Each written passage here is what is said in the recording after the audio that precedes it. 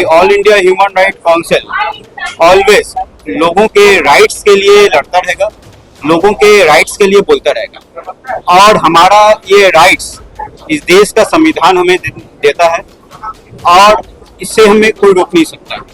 और जिस जगह पे ह्यूमन राइट वॉल्यूशन होगा, all India human right council और इनके तमाम मेंबर्स वहाँ पे हमेशा मुख खड़ा रहेंगे और हम लोग हमेशा जो है मानव अधिकार के लिए काम करते रहेंगे। देखिए, माइनॉरिटीज को जो टारगेट करने की बात हो रहा है तो ये कहीं का बात हो, शायद हमारे भारत का बात हो या बांग्लादेश का बात हो या दुनिया में किसी भी जगह का बात हो, जहाँ पर मानव अधिकार का उल्लंघन होगा वहाँ पे हम लोग हमेशा लड़ते रहेंगे। आप बात सही बोले, काफी सारे जगह पे जो है हमारे जो आज मौजूदा जो सेंट्रल में सरकार है वो लोगों के राइट्स के बारे में ध्यान नहीं दे रही है। इंटरनेशनल ह्यूमन राइट्स डे के मौके पर all India Human Rights Council की ओर से कोलकाता के प्रेस क्लब में एक कार्यक्रम आयोजित किया गया। আমি একজন ধর্মগুরু হয়ে বলছি যে আমরা কিন্তু কোনো হানাহানি মারামারি কাটাকাটি করব না, কিন্তু অধিকারের জন্য আমরা কিন্তু শান্তিভাবে লড়ছি এবং লড়ে যাব। जिसमें कहा गया कि जहां कहीं भी मानवता के खिलाफ कार्य किया जाएगा all India Human Rights council उसके खिलाफ लड़ेगा। साथ ही कहा गया ऑल इंडिया ह्यूमन राइट्स सिर्फ मानव अधिकार नहीं बल्कि आजादी, डिग्निटी, इक्वालिटी और अमन व शांति के लिए काम करता है। इंटरनेशनल ह्यूमन राइट डे अभी कुछ देर पहले मेरे एक दोस्त और आज के चीफ गेस्ट श्री रोहन मित्रा ने कहा था कि सेकेंड वर्ल्ड वॉर के बाद यूनाइटेड नेशन के इनिशिएटिव पे वर्ल्ड ह्यूमन राइट ऑर्गेनाइजेशन को बनाया गया और आज उसी के बेसिस पे 10 तारीख को international human right day celebrate किया जाता है। All India human right council के प्लेटफॉर्म से एज अ नेशनल प्रेसिडेंट मैं ये मैसेज देना चाहता हूँ कि all India human right council always लोगों के राइट्स के लिए लड़ता रहेगा, लोगों के राइट्स के लिए बोलता रहेगा। और हमारा ये राइट्स इस देश का संविधान हमें देता है और इससे हमें कोई रोक नहीं सकता। और जिस जगह पे ह्यूमन राइट वॉल्यूशन होगा, all India human right council और इनके तमाम मेंबर्स वहाँ पे हमेशा मुख खड़ा रहेंगे और हम लोग हमेशा जो है मानव अधिकार के लिए काम करते रहेंगे। और सिर्फ मानव अधिकार के लिए काम ही नहीं करना कि बहुत सारे सोशल वर्क है, सोशल एक्टिविटी है, उसको भी हम लोग कंटिन्यू इसके साथ में चलाते रहेंगे। देखिए, माइनॉरिटीज को जो टारगेट करने की बात हो रहा है तो ये कहीं का बात हो, शायद हमारे भारत का बात हो या बांग्लादेश का बात हो या दुनिया में किसी भी जगह का बात हो, जहाँ पर मानव अधिकार का उल्लंघन होगा वहाँ पे हम लोग हमेशा लड़ते रहेंगे। आप बात सही बोले, काफी सारे जगह पे जो है हमारे जो आज मौजूदा जो सेंट्रल में सरकार है वो लोगों के राइट्स के बारे में ध्यान नहीं दे रही है, कि बल्कि मौजूदा सरकार में जो लोग हैं वो खुद ही ह्यूमन राइट्स के वॉल्यूशन कर रहे हैं। और ह्यूमन राइट्स के बारे में जो है हमेशा हम लोग इस सरकार के खिलाफ भी हम लोग रहेंगे, कि चाहे वो कोई भी हो, राज्य सरकार हो, सेंट्रल गवर्नमेंट हो या इंटरनेशनल में किसी जगह भी मानव अधिकार का उल्लंघन होगा हम लोग उसके बारे में बोलते रहे। जैसा आपने जुम्मा का नमाज और ज्ञान वापी मंदिर का लेके आपने जो कहा, तो वहाँ पर भी हम लोग इसके बारे में आवाज उठा रहे हैं और इसके लेके हम लोग हमेशा वो बोलते रहेंगे कि कौन क्या काम कर रहा है वो उनके काम है, उनकी जिम्मेदारी है। बात सही बात बोले। देखिए, बात यहाँ पर भरोसा का है, तो जो लोग जो भी ह्यूमन राइट्स ऑर्गेनाइजेशन खोले हैं या कहीं भी कुछ भी सोशल वर्क कर रहे हैं, ये उनका काम है। हमें हमारा काम पता अच्छा से कि हमें क्या करना है, हमें हमारा मिशन और विजन बहुत अच्छे तरीके से मालूम है। आप भी आने वाले कल में देखेंगे कि all India human right council और उनकी टीम क्या क्या काम कर रहा है। आप भी यहीं रहेंगे और हम भी यहीं हैं और आपको भी ये चीज हमेशा दिखता रहेगा कि हम दूसरों से अलग कैसे है। अगर आज अपने मुंह से अगर बोल दे कि हम ये करेंगे, हम वो करेंगे, और कल को अगर वो चीज आपके मुताबिक नहीं हो पाया तो आप अगले प्रोग्राम में आप हमसे क्वेश्चन करेंगे, तो आप खुद देखेंगे कि हम क्या काम कर रहे हैं। देखिए, हम लोगों के अधिकार के लिए लड़ रहे हैं। लोग जहाँ लोगों के अधिकार का बात आएगा, जो हमें फंडामेंटल राइट जो हमारे देश ने जो संविधान दिया है उसका उल्लंघन जिस जगह पे होगा हम उसके लिए बोलते रहेंगे और लड़ते रहेंगे। सभी मीडिया बंधुओं का स्वागत करता हूं हमारे कार्यक्रम में आने के लिए। आज इंटरनेशनल ह्यूमन राइट डे है, सभी को बधाई देता हूं। मैं चाहता हूं कि सभी हमारे ह्यूमन राइट से जुड़े, सभी हमारे साथ आए।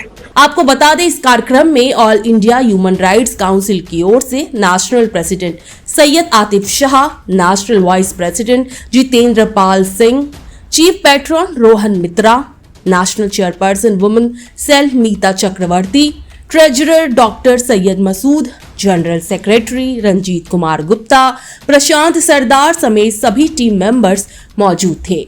हाँ, देखिए, पहली बात तो ये है कि मैं यहाँ पर एक एज अ गेस्ट नहीं हूँ। I have been given the certificate of being the chairperson of the women cell. तो इसीलिए हम बहुत खुश हैं कि ऐसे एक नॉन पॉलिटिकल ऑर्गेनाइजेशन जो ह्यूमन राइट्स को लेके बात करता है, चाहे वो रिलीजियस आइडेंटिटी के ऊपर ह्यूमन राइट्स हो, चाहे वो इनकम इनइक्वालिटी के ऊपर ह्यूमन राइट्स हो, चाहे कि वो महिला के अधिकार के बारे में हो, चिल्ड्रन वेलफेयर के बारे में हो, ऐसे ह्यूमन राइट्स को लेके बात करता है। ऐसे एक एसोसिएशन के साथ मैं जुड़ पाई, इसीलिए मैं बहुत अपने आप को फॉर्चुनेट मानती हूँ। सो देखिए, ये तो हमारी जो केंद्रीय सरकार है, human foreign policy central government के अंडर जुरिस्डिक्शन पड़ता है, और ये तो हमारी सेंट्रल गवर्नमेंट को बोलना पड़ेगा कि बांग्लादेश के ऊपर क्या डिप्लोमेटिक प्रेशर और क्या इकोनॉमिक प्रेशर क्रिएट किया जा रहा है। ऐसा नहीं है कि ये सिर्फ लास्ट वीक को हुआ है, 2 हफ्ते पहले वो महाराज की अरेस्ट के वक्त से हुआ है। जब से बांग्लादेश में गवर्नमेंट चेंज हुआ है, पिछले कई महीनों से वहां पर जो माइनॉरिटीज है उसके ऊपर लगातार जो है हिंसा हो रहा है, और इसका खिलाफ हम लोग बात कर रहे हैं। इसके खिलाफ हम लोग कैंडल मार्च निकाल रहे हैं। हम लोग शांति चाहते हैं वहां पर, क्योंकि अगर आपका नेबरिंग स्टेट एक फेल स्टेट हो जाता है, वहां पर युद्ध करके कोई लाभ तो है नहीं। पर उसके पहले, मिलिट्री एक्शन के पहले काफी सारी चीजें किया जा सकता है। डिप्लोमेटिक प्रेशर क्रिएट किया जा सकता है, ग्लोबल कम्युनिटी से प्रेशर क्रिएट किया जा सकता है, इकोनॉमिक सैंक्शंस के बाद किया जा सकता है, बिजनेस डील जो हमारी बांग्लादेश के साथ इतने सारे बिजनेस और मेडिकल टूरिज्म जो होता है उसको खत्म करने के बाद किया जा सकता है। पर हमारी सेंट्रल गवर्नमेंट एग्जैक्टली क्या क्या स्टेप्स ले रहे हैं, as a principal opposition party we are asking them कि हमें प्लीज एक्सप्लेन कर दो कि what all diplomatic steps, what all economic sanctions are you imposing on Bangladesh, because they are constantly violating human rights. तो ये हमें पता नहीं। पहली बात तो ये है कि जब ये गवर्नमेंट का पावर चेंज हुआ, हमारी मोदी जी बोलते हैं कि वो इस खास अवसर पर कई युवाओं को इंटरनेशनल ह्यूमन राइट्स काउंसिल में जोड़ा गया और सम्मानित किया गया। बता दें, इस अवसर पर बांग्लादेश में हो रहे माइनॉरिटीज पर जुल्म के खिलाफ भी आवाज बुलंद की गई और कहा गया ये इंसानियत के खिलाफ है, हम इसकी कड़ी निंदा करते हैं। साथ ही भारत में माइनॉरिटीज के साथ लिंचिंग और खुलेआम हो रहे जुल्म को लेकर भी आवाज बुलंद की गई और इसके साथ भी और निंदा भी की गई। सभी ने कहा हम इंसानियत के साथ हैं और अधिकारों के लिए हम लड़ाई करते रहेंगे। Bureau report, super news 24।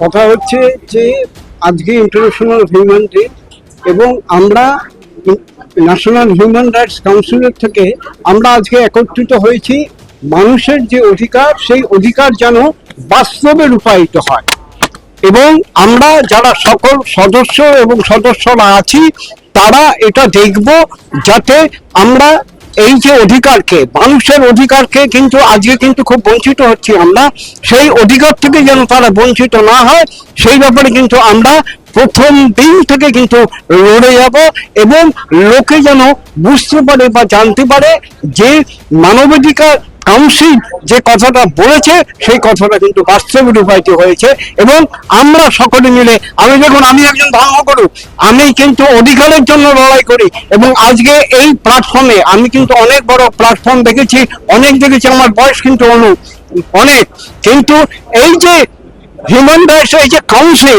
এই কাউন্সিল কিন্তু সত্যই বাস্তবে রূপায়িত হবে এবং তার উদাহরণ বা প্রমাণ আমি পেয়ে গেছি বলেই কিন্তু আজকে আমি সবকিছু ছেড়ে এই সংস্থাতে এসেছি কাজ করার জন্য।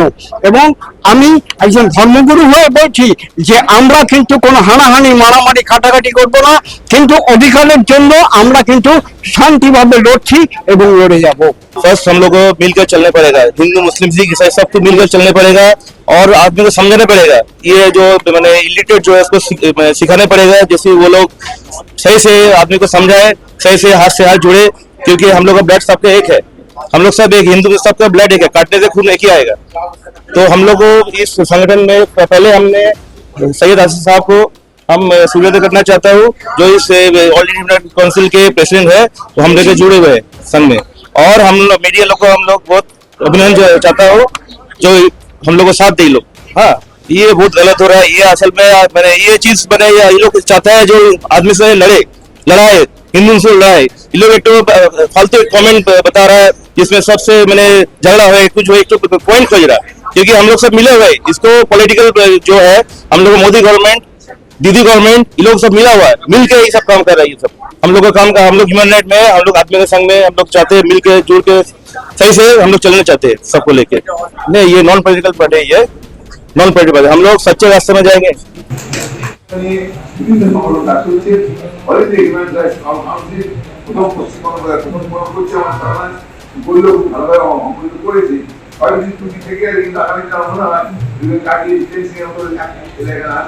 খুবই আপনার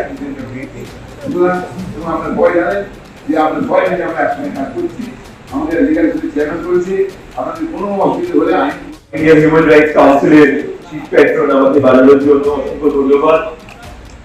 এই স্টেজে যারা উপস্থিত আছে নাসিক থেকে এই অর্গানাইজেশনের সঙ্গে যুক্ত অনেকদিন ধরে এবং আসিফের সহকর্মী জিতেন্দ্র পাল সিং জি, আমাদের লিগাল সেলের যিনি আজকে চেয়ারম্যান হলেন, তার আন্দোলন হয়ে যাচ্ছে কেন ওখানে হিউম্যান রাইটস নিয়ে ওখানকার যারা মাইনরিটিরা তারা ভীষণভাবে আক্রমণ হয়ে যাচ্ছে।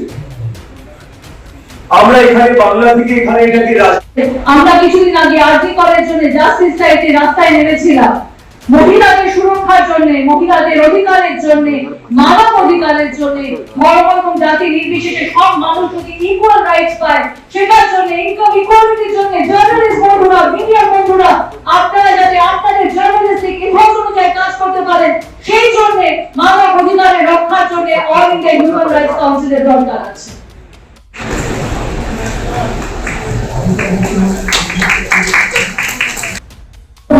काम करेंगे जिसको जो जिम्मेदारी दी गई है, और शाना बिशाना इस कॉन्फ्लिक्ट के साथ हम लोग ह्यूमन राइट्स के लिए खड़े रहेंगे।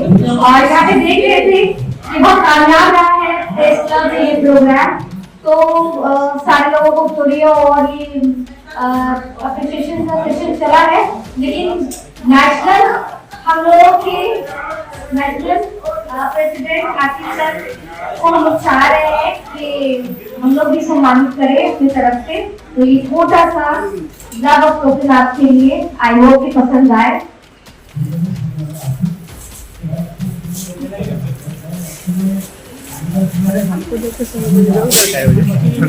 चला गया।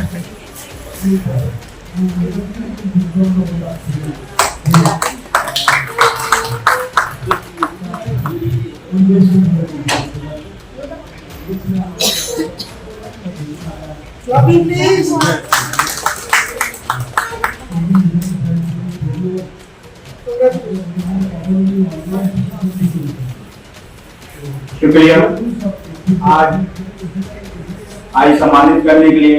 आज हम लोग ऑल इंडिया ह्यूमन राइट